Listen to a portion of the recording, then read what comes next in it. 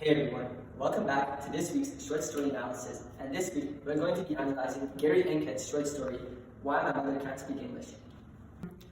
For today's video, I will be going over one of my favorite passages from the story, along with why I chose it, drawing some personal connections, and also the major themes present in the story. Using these themes, I'll go over how the author uses the concept of prediction, imagery, and syntax to truly convey the messages of this story. Well then, let's get into it. Starting off, here's a passage I want to read to you guys. How can I teach her to speak the language when she is too old to learn, too old to want to learn? She resists anything that is Fang way. She does everything the Chinese way. Mother spends much time staring blankly at the four walls of her house. She does not cry. She sighs and shakes her head. Sometimes she goes about the house touching her favorite things. Daily, she burns incense, pours fresh cups of fragrant tea, and spreads the dishes of his favorite fruits in front of the framed picture, as is the custom. I chose this passage because it really foresees the struggle of immigrant parents who are forced to adapt to new lifestyles, showing how many of these parents struggle to hold on to their own traditions while feeling isolated in their new country. This is something evident in many immigrant families, such as mine, and here's why. First, I want to talk to you about my grandmother, as she is someone who immigrated to Canada for 25 years. I noticed she was never really satisfied with life in Canada.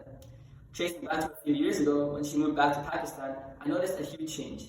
There was a smile on her face, like she was able to live life the way she wanted, something that she couldn't achieve in her life in Canada, surrounded by the four walls that she lived in.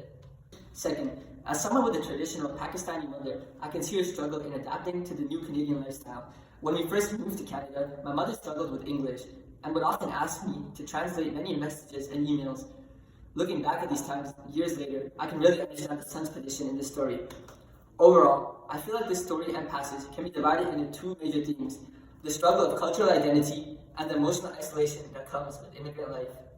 Alright, now let's talk how Gary Enket's use of diction, syntax, and imagery really helped us as audience to understand the themes of this story. The first example is from the quote, "She resists anything that is Fang Wei." The term Fang Wei is a Cantonese term that translates to white ghosts or devils, but it is also a famous slang for Westerners. The mother uses this term in an emotional way that shows deep contempt and discomfort with Western culture. The use of this cultural term exemplifies the mother's cultural identity, while also showing her resistance to assimilate to Western cultures. This diction ties into the theme of struggling with cultural identity, especially for someone in a foreign land, as it shows the mother's fear and distrust of the unfamiliar. Second, let's analyze how the author uses imagery. Here's a quote from the story that I will talk about. "She burns incense, pours fresh cups of fragrant tea, and spreads the dishes of his favorite fruits in front of the framed pictures, as is the custom." The use of vivid imagery with descriptions like burns incense, fragrant tea, and fruits appeal to our senses while also providing us with a detailed image of the Chinese culture. This niche routine shows her commitment to her cultural practices while also emphasizing on how she clenches onto her culture through this routine. The mother is shown to do these daily practices alone, disconnected from her life outside her home. This repetition in her routine shows her cultural isolation. Lastly, let's look at how the author uses the idea of syntax in his words. Here's a quote from the story. "She does not cry, she sighs and shakes her head. Sometimes she goes about the home touching her favorite things." Really think about how I said this quote. Let me say it again now, but this time in a more toned way. She does not cry. She sighs and shakes her head.